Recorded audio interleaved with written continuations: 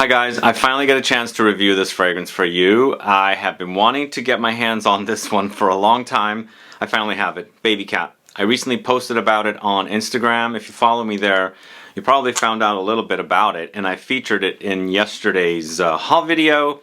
I've been wearing it, and here's the thing. When I went to Europe in June, it was sold out everywhere. I checked in France and in Italy, nowhere to be found. On this last trip, I first flew to Amsterdam. I checked in their department store there right in the city center, sold out. I smelled it, but when I first smelled it on the first trip, it didn't really remind me of anything because I was just going through really quickly. But when I smelled it in Amsterdam, it clicked to me that it reminds me of another particular fragrance that I'm a fan of. So instantly I was in love with this fragrance. So I looked for it in Paris. Several times I went to the Printemps boutique, I couldn't find it. Finally, I decided to just go to the Galeries Lafayette. They had a bottle of it there. So I thought I paid 240 euros for this, but I believe I paid 214 euros for this. And currently it's not selling here in the States. At least I don't see it on the YSL Beauty USA website. Either way, I'm going to tell you all about BABYCAT, and also after the outro, you're going to find out what fragrance it compares to, all coming right up.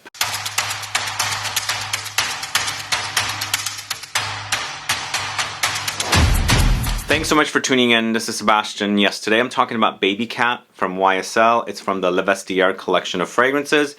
Even though I really don't like a lot of YSL fragrances, especially in men's signature fragrances, I feel like the YSL Le Vestiaire collection is fairly solid, and I've got 10 fragrances currently from the collection. So you'll see another video tomorrow for the YSL house, and it'll be a top 10 list of Le Vestiaire fragrances.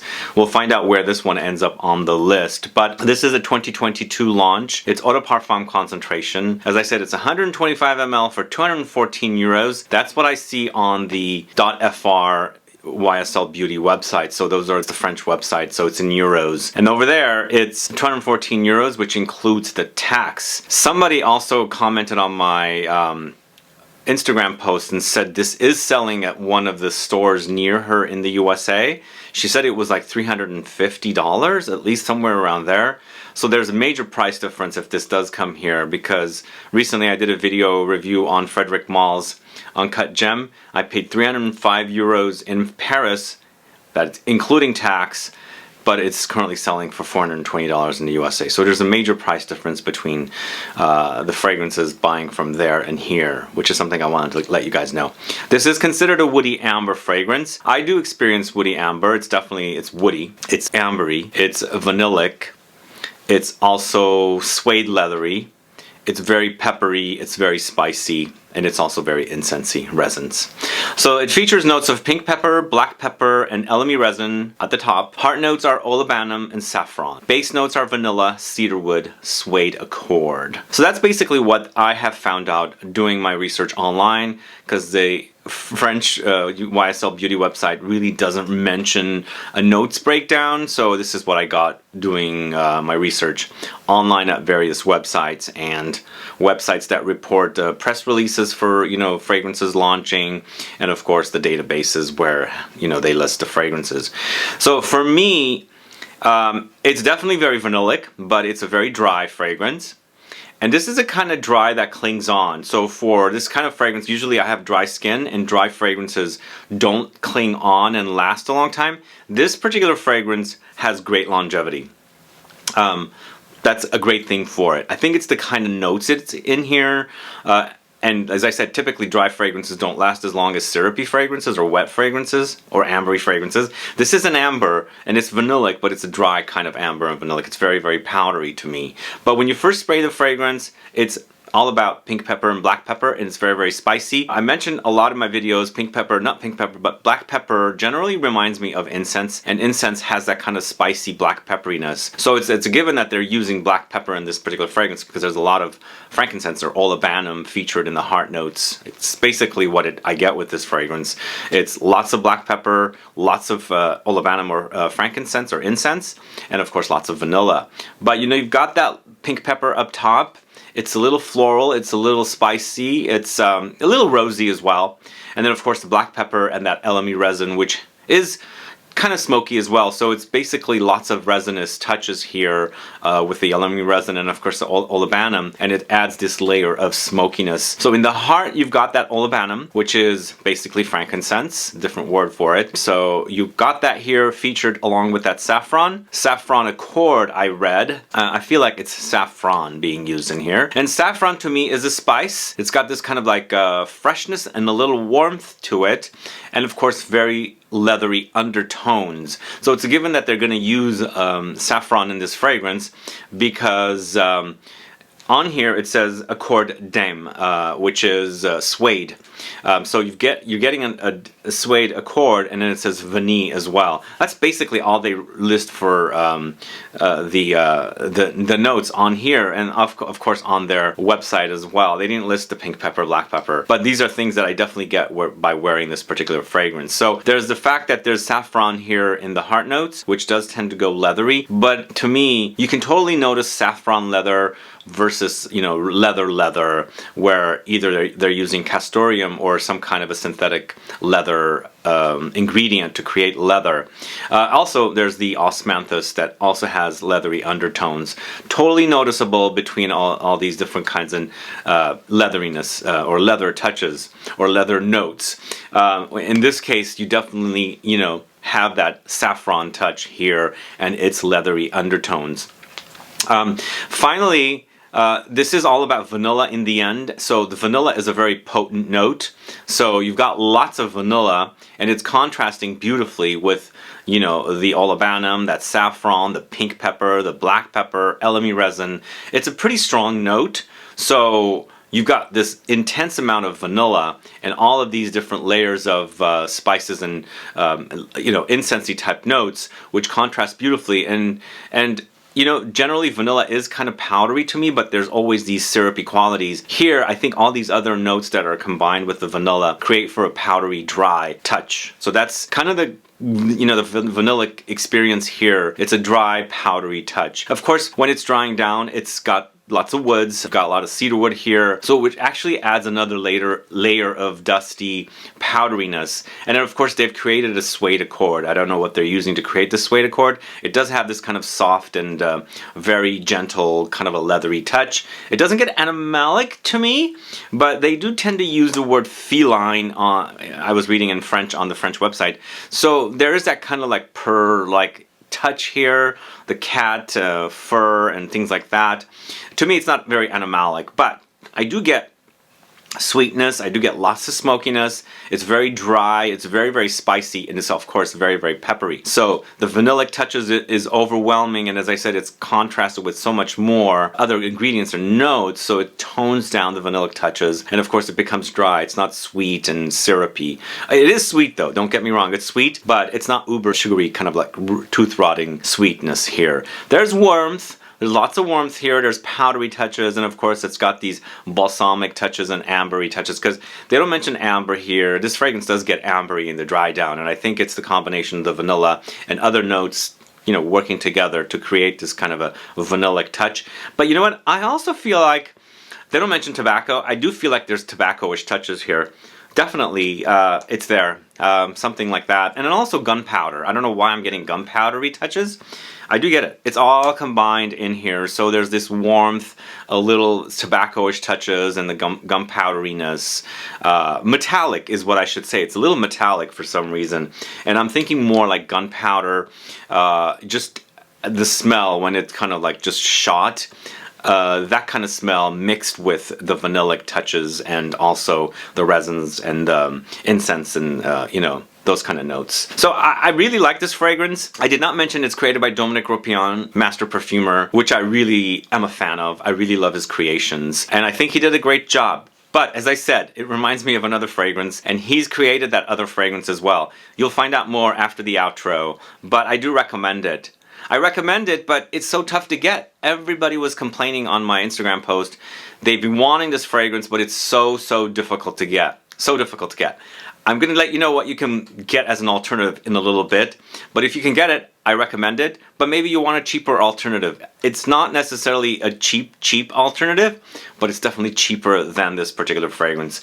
But either way, I'm recommending it. I think it's a great release from YSL's Le Vestiaire collection. It does remind me of another fragrance. I feel like Dominique Ropion maybe has created this accord. I don't know, a formula I should say, more like than an accord, and is tweaking it a little bit and creating, you know, not only the other fragrance I'm going to talk to you about today, but from what I hear and from what I remember, it also reminds me of another fragrance. So anyway, those are my thoughts on BABYCAT from YSL. If you have been waiting to get it and if you still can't get it, because as I said, it's not on the USA YSL Beauty website, now you can get it in the USA in the form, and I'm going to tell you all about it. But either way, BABYCAT, it's a great scent. Check it out. If you have any questions or comments, please list below. Please like this video. Please share it. Follow me on Instagram and Facebook, and I'll be back with more videos very soon. Have a good one. Goodbye.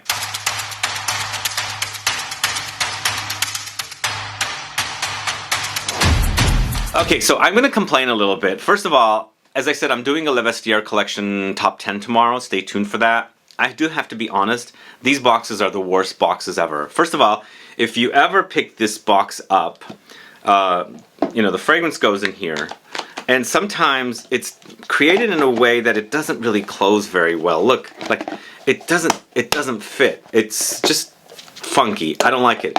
And also, if you ever pick it up like that, you're gonna drop the thing, because I've dropped it once. Thankfully, it fell on my foot. And it didn't break. Not this one, another fragrance which I can't remember. I think it's the Rouge Velour is which is the fragrance that fell down. But be careful with these fragrances because it doesn't fit in there perfectly. As you can see, they're really, really bad, and it's kind of lopsided, not, you know, straight. I don't know what's causing that, but these boxes are awful. And then on top of that, these things never close very well. Like it doesn't close in, like clip in, clamp in, or whatever. Like sometimes you can push something down and it closes, and it you know, protects it from ever falling. So the box is awful. So YSL, L'Oreal, please fix these dang boxes. Okay, now the actual comparison. So the fragrance this reminds me of is one of my favorite fragrances from 2021, and that fragrance is Laboratorio Olfattivo's Vanagloria. So, this was one of my favorite fragrances of 2021, not only because it was Dominique Ropion created, but also because it was vanilla, and a very unique vanilla in that it's chock full of incense and resins and smokiness, so cut down the sweetness of the vanilla and to create a powdery touch. And so, in June when I was smelling this, I just smelled it once at one store, and I said I need to get it because I want it. And every store didn't have it. But in Amsterdam, when I smelled it, I said, Jesus, this fragrance reminds me of Vanagloria from Laboratorio Olfattivo. So I don't know why it took me that long, but you know, sometimes noses get tired when you're smelling fragrance after fragrance in the store. Maybe that's what happened. But when I walked into the department store, and I'm forgetting the name in Amsterdam, I went straight to BABYCAT because it was my first or second day in on my trip in Amsterdam, and they were sold out. I said, can I smell it again? And that's when it reminded me of this one. This is also created by Dominique Ropion. Of course, both of these are. And also the Attar from Amouage, the vanilla Attar, created by Dominique Ropion, does a little bit remind me of this, but it's more of an Attar, and I don't usually wear Attars, so I didn't really experience it too much. But these two are very, very close. Very, very close. In fact, as I said, this is going to be about $350 in the States, according to one of the folks that commented.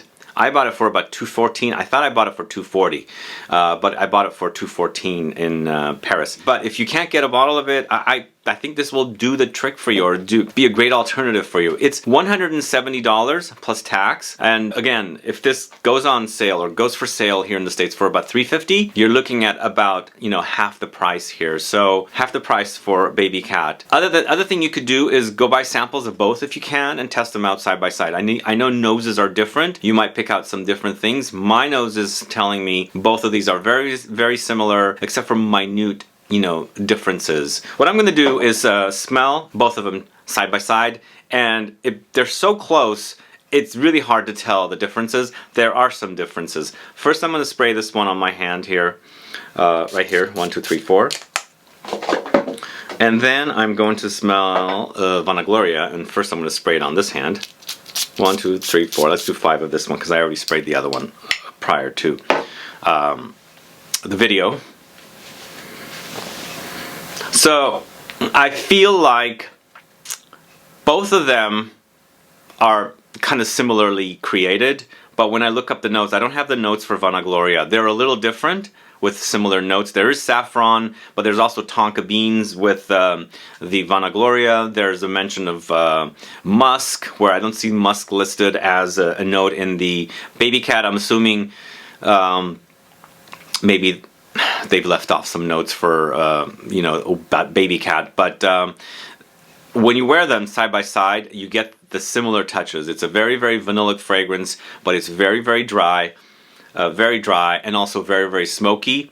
And it's almost like having something very vanillic in church while there's a, you know, church service, and there's lots of smoke of incense all over the church. You know, sometimes when you go to church, there's, you know, not a lot of the smoke, and sometimes it's more smoky. And for me, because both fragrances are very, very smoky and also very, very vanillic, I feel like this is that one time you went to church and there was too much incense smoke kind of a thing. Does that make sense? But yeah, also the gunpowder and tobacco touches do come in. You know, when I did my review for Vanagloria, I never mentioned tobacco because I didn't think about tobacco in that way. But then I thought about it in a gunpowder way, and then I said, not only does it kind of remind me of that gunpowdery touch, also perhaps tobacco.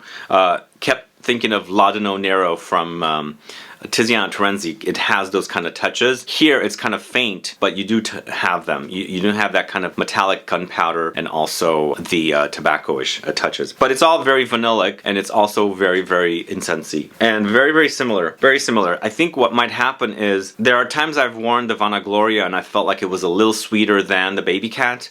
But sometimes I've worn the BABYCAT and compared it to the Vanagloria, and I feel like the Vanagloria is wait, did I say is less sweet? So the vice versa kind of a thing. So I feel like the reason that's happening is because my nose gets used to one and doesn't compensate for the other. Does that make sense? Right now they're very similar, but I am getting a little more smokiness and less sweetness on the Vanagloria in comparison to the BABYCAT. So there's those differences, but for me, when you smell them separately, you're going to be thinking of one or the other, especially if you're totally familiar with Vanagloria and you've been wanting to get a bottle of BABYCAT, you don't have one. Get yourself a sample if you can. Find a sample somewhere and then compare it, because they're very, very close. Of course, noses do pick up things differently. That's what I'm picking up with these two fragrances. But as soon as I smelled it for the first time on this last trip, I thought to myself, it's Vanagloria. Definitely reminds me of Vanagloria. It's basically the same perfumer, tweaking the formula a little bit and delivering another fragrance for another house, and a very similar fragrance to another house, you know, Amouage in this case. Does anybody know about these three fragrances? I don't remember what I think it's called Vanillic, something like that. I don't remember exactly. I'm not a big fan of Attar's, but definitely if you've compared these two, do let me know if you find similarities, as I do. And again, if you're looking for BABYCAT and you can't find a bottle, you can get this currently. I have a link to a Ministry of Scent who sells this fragrance, and I've referred several customers to them. You can go directly to them. And again, the price point is going to be a lot less than this. Yeah, you know, I do get really great longevity with this. I wouldn't call it a beast mode fragrance. And I've gotten really, really great longevity with BABYCAT. For some reason, that incense and smokiness just has a very lingering quality.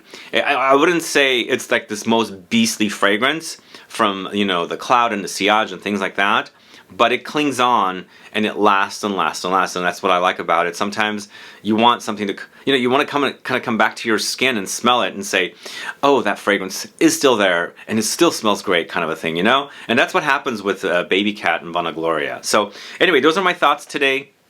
longer than normal video. Definitely a great alternative for BABYCAT, especially if you can't find it. It's Laboratorio Olfattivo. It's also not that expensive. I mean, it's expensive, but it's not going to break your bank like if you buy this when it is available here. It should be in around the $300 some dollar ballpark, but you can get it for half the price here with Vanagloria.